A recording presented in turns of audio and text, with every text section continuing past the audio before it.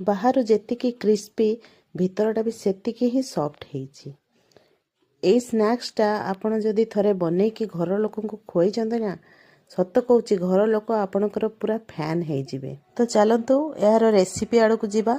এই ରେସିପି ବନେଇବା ପାଇଁ ମୁଁ କିଛି ଗ୍ରୀନ୍ ମଟର 4-5ଟା କଞ୍ଚା ଲଙ୍କା ହାଫ୍ ଚାମଚ ଜିରା ଆଉ ଅଳ୍ପ ଟିକେ ଧନିଆ ପତ୍ର ଦେଇକି ତାର ଗୋଟେ ସ୍ମୁଥ ପେଷ୍ଟ ବନେଇ ନେଇଛି।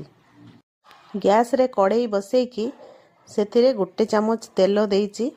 ତେଲ ଗରମ ହେଲା ପରେ ଅଳ୍ପ ଟିକେ ଜିରା ପକେଇକି ଗ୍ରାଇଣ୍ଡ କରି ରଖିଥିବା ମଟରକୁ ସେଠି ପକେଇଦେଲି। ଏବେ ୟାକୁ 2 ମିନିଟ୍ ପାଇଁ ଟିକେ ଭାଜି ନେବି, ଯାହା ଦ୍ୱାରା କି ଏଥିରେ ଥିବା ପାଣି ଅଂଶ ଟିକେ ଶୁଖିଯିବ। ତାପରେ ସ୍ୱାଦ ଅନୁସାରେ ଲୁଣ ଆଉ ହଳଦୀ ଦେଇଦେବି। ତାପରେ ତାକୁ ଭଲ ଭାବରେ ଗୋଳେଇ ନେଇକି ସେଥିରେ 1 କପ୍ ସୁଜି ଆଉ ସେଇ କପ୍ରେ ମାପିକି 2 କପ୍ ପାଣି ସେଠି ଦେଇଦେବି।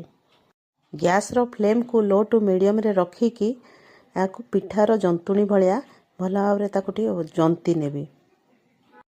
ଜନ୍ତୁଣି ପ୍ରସ୍ତୁତ ହେଇଯାଇଛି।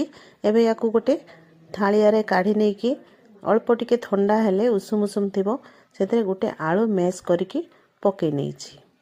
ଆଉ ଟିକେ କ୍ରିସ୍ପିନେସ୍ ପାଇଁ 1 ବଡ଼ ଚାମଚ ଚାଉଳ ଚୁନା ଦେଇକି ତାକୁ ଭଲ ଭାବରେ ଗୋଳେଇ ଦେବି। ହାତରେ ଅଳ୍ପ ଟିକେ ତେଲ ନେଇକି ତାର ଗୋଟେ ସ୍ମୁଥ ଡୋଟେ ବନେଇ ନେବି। ଏଠି ମୁଁ ଆପଣଙ୍କୁ କହି ରଖେ ମୋ ଭିଡ଼ିଓ ଯଦି ଆପଣମାନଙ୍କୁ ଭଲ ଲାଗୁଥାଏ ତାହେଲେ ଭିଡ଼ିଓଟିକୁ ଲାଇକ୍ କମେଣ୍ଟ ଆଉ ସେୟାର ନିଶ୍ଚୟ କରିବେ। ଆଉ ଯଦି ଚ୍ୟାନେଲକୁ ସବସ୍କ୍ରାଇବ୍ କରିନାହାନ୍ତି ତ ଚ୍ୟାନେଲକୁ ସବସ୍କ୍ରାଇବ୍ ମଧ୍ୟ କରିନେବେ। ଡୋଟା ବହୁତ ଭଲ ଭାବରେ ସିଝିଛି। ଦେଖନ୍ତୁ ହାତରେ ବିଲକୁଲ ବି ଲାଗୁନି। ଏସବୁ ଜିନିଷର ଭାଗ ମାପ ଯଦି ଆପଣ ଠିକ୍ ଠିକ୍ ଦେବେ ତାହେଲେ ବହୁତ ସୁନ୍ଦର ଡୋଟେ ପ୍ରସ୍ତୁତ ହେଇଯିବ। ତାପରେ ୟାକୁ ଏମିତି ମୁଁ ଲମ୍ବା ଲମ୍ବା ଫିଙ୍ଗର ସେପ୍ ଦେଇଛି। ଆପଣମାନେ ଚାହିଁଲେ ଯେକୌଣସି ସେପ୍ ଦେଇକି ଏଇଟା ବନେଇ ପାରିବେ। ଏମିତି ଭାବରେ ମୁଁ ସବୁ ଫିଙ୍ଗର ଗୁଡ଼ିକ ବନେଇ ନେଇଛି। ଏବେ ତେଲ ଗରମ କରିକି ଏ ଫିଙ୍ଗର ଗୁଡ଼ିକୁ ଛାଣି ନେବା। ଫ୍ଲେମ୍ ଲୋ ଟୁ ମିଡ଼ିୟମ୍ରେ ରହିବ। ପ୍ରଥମ ତେଲଟା ଗରମ କରିକି ଫ୍ଲେମ୍କୁ ମିଡ଼ିୟମ୍କୁ ଆଣିବେ ଆଉ ମିଡ଼ିୟମ୍ ଫ୍ଲେମ୍ରେ ହିଁ ଏଇଟା ଛଣା ହେବ।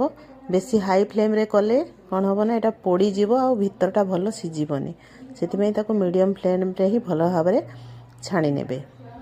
ଉପରୁ ଟିକେ ବିଟ୍ ଲୁଣ ଆଉ ଚାଟ୍ ମସଲା ଦେଇକି ସର୍ଭ କରନ୍ତୁ। ନିଜେ ଖାଆନ୍ତୁ ଆଉ ଘର ଲୋକଙ୍କୁ ଖୁଆନ୍ତୁ। ଦେଖିବେ ଏତେ ଟେଷ୍ଟି ହେଇଛି। ଆପଣ ୟାକୁ ଥରେ ବନେଇଲେ ନେକ୍ସଟ ଟାଇମ୍ ଆଉ ଥରେ ବନେଇବାକୁ ବି ସମସ୍ତେ ଡିମାଣ୍ଡ କରିବେ। ଜୟ ଜଗନ୍ନାଥ।